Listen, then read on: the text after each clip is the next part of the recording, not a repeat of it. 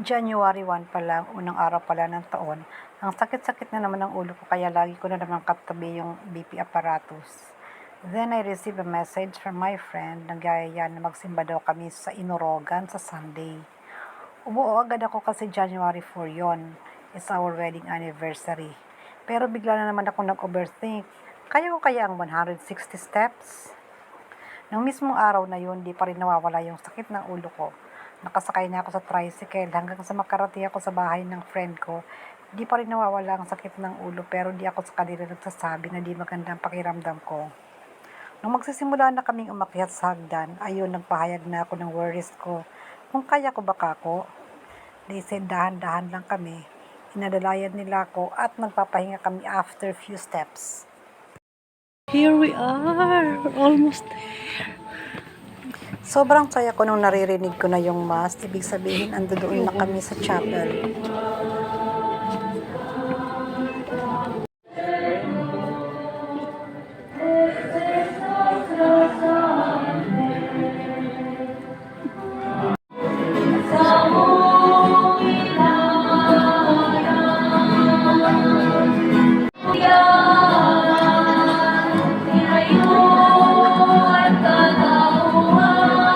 Sobrang saya ko na nakabalik ako sa chapel na to after more than 30 years. Nakafiestahan din pala ng Nuestra Señora de las Angustias na nagkataon din na wedding anniversary namin. Kaya naman sobrang pasasalamat ko sa mga kaibigan ko na niyaya nila ako dito. Marami akong ipinagdasal, unang-una para sa good health ng mga mahal ko sa buhay. Higit sa lahat ang kagalingan ng sister ko, ng tatay ko at ng mother-in-law ko. Hiniling ko din ang personal kong paggaling physically, emotionally at spiritually.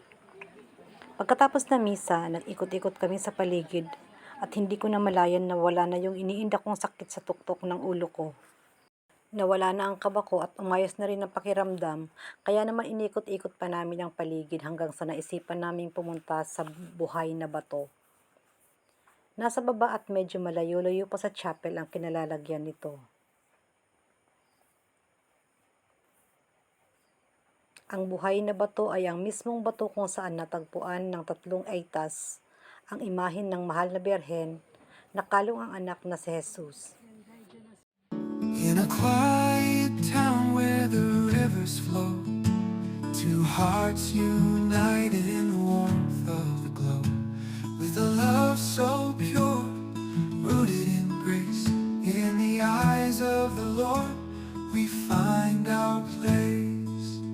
Holding hands we walk on the sacred ground. In the whispers. Resty! Rest!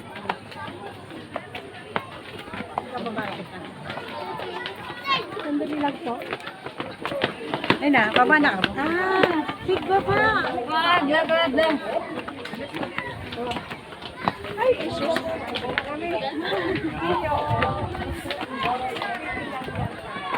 Okay. Habang pababa na kami ng hagdan, parang hindi ako makapaniwala na kaya kong umakyat ng ganito kataas ng may iniindang sakit na may halong takot at kaba.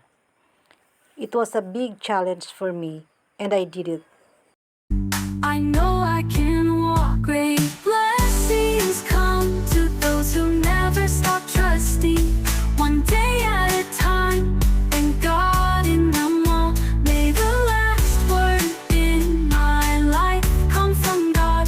I trust His promises, He will never fail.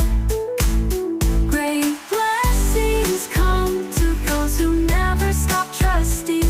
One day at a time. Feast day kaya ngayon. Kada ko tabo. Happy Feast Day! Thank you Jesus and Mama Mary for all the blessings at sana po good health lagi. At wish ko rin makabalik uli dito same date together with my son boys. Thank you Lord.